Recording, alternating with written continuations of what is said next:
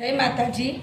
આજે આપણે એવો નાસ્તો બનાવવાનો છે કે જે નાનાથી માંડીને મોટા સુધી અને બહુ જ હેલ્ધી, કે જે બાળકો આપણે ડ્રાયફ્રૂટ કે એવું ખાતા ના હોય તો એને આપણે જલ્દીથી અને સારી રીતે અને આ બનાવશો તમે એકવાર નાસ્તો તો વારંવાર એ નાસ્તો ખાવાની ઈચ્છા થશે। આ 4 પાર્લેજી છે, આ ડ્રાયફ્રૂટ છે, એનો ભૂકો છે, આ સાકર દળેલી છે, કોપરાનું શીણ છે, એલાયચીનો ભૂકો છે, બોર્નવિટા છે 2 ચમચી, અને આપણે જે આનો ભૂકો કરીશું મિક્સરની અંદર એને બોધવા માટે દૂધ છે, અને આ ચોકલેટી સિરપ છે। જુઓ મિત્રો, આપણે બિસ્કિટનો પાર્લેનો ફાઇનલી ભૂકો થઈ ગયો છે। એની અંદર આપણે જે બોર્નવિટા હતું 2 ચમચી એ આપણે નાખી દીધી અને એને મિક્સ કરી દેવાનું છે બરાબરનું। મિક્સ કરી અને હવે જે પણ આપણે જેટલું ઉમેરાય એટલું દૂધ, વધારે દૂધ નાખીશું તો ઢીલું થઈ જશે, એટલે ચમચી લઈ અને આપણે દૂધથી એને લોટ બાંધી દેવાનો છે।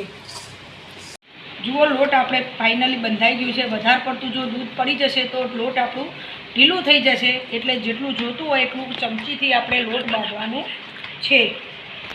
આપણે પાર્લેજીનું જે લોટ બાંધ્યું, હવે ઉપર સ્ટફિંગ બનાવવા માટે સૌથી પહેલાં આપણે 3 ચમચી કોપરાનું છીણ લઈશું, પછી 2 ચમચી ડ્રાયફ્રૂટનો ભૂકો લઈશું, એની અંદર મેં બદામ, કાજુ અને અંજીર દળીને રાખેલું હતું, પછી એની અંદર 2 ચમચી દળેલી સાકર નાખવાની અને થોડો એલચીનો ભૂકો। હવે આ સ્ટફિંગ બધું જે છે એને આપણે થોડું દૂધ લઈ અને સ્ટફિંગ ટાઈપ બનાવવાનું છે। આ સ્ટફિંગ તૈયાર થઈ ગયું છે। હવે આપણે આગળની પ્રોસેસ કરીશું। જે આપણે લોટ બાંધ્યું હતું એનો ફાઇનલી આખા લોટનો આપણે એક જ રોટલો બનાવી દેવાનો છે। આપણા જે છે પાટલી એના બરોબર કરી દેવાનો, અને હવે પછી એની ઉપર આપણે જે સ્ટફિંગ બનાવ્યું હતું એને આપણે ઉપર લેયર કરી દેવાનું છે। હાથથી કરી દો તો પણ ચાલે, એવું ચમચીનું જરૂર નથી। આ રીતે આપણે આખું ફેલાઈ દેવાનું છે રોટલાને। આપણે ધીરે ધીરે એનો રોલ વાળવાનો છે।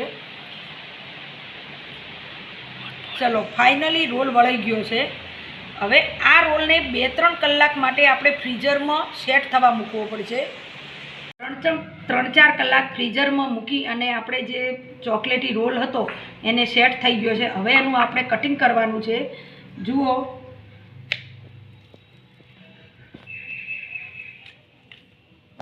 જુઓ કેવું સરસ મજાનું લેયર આવ્યું છે। બાળકોને જોતાં જ મોઢામાં પાણી આવી જાય છે, અને આ આપણે માતાજીની પ્રસાદી બનાવવી હોય તો તેમાં પણ આ કામ આવી શકે છે।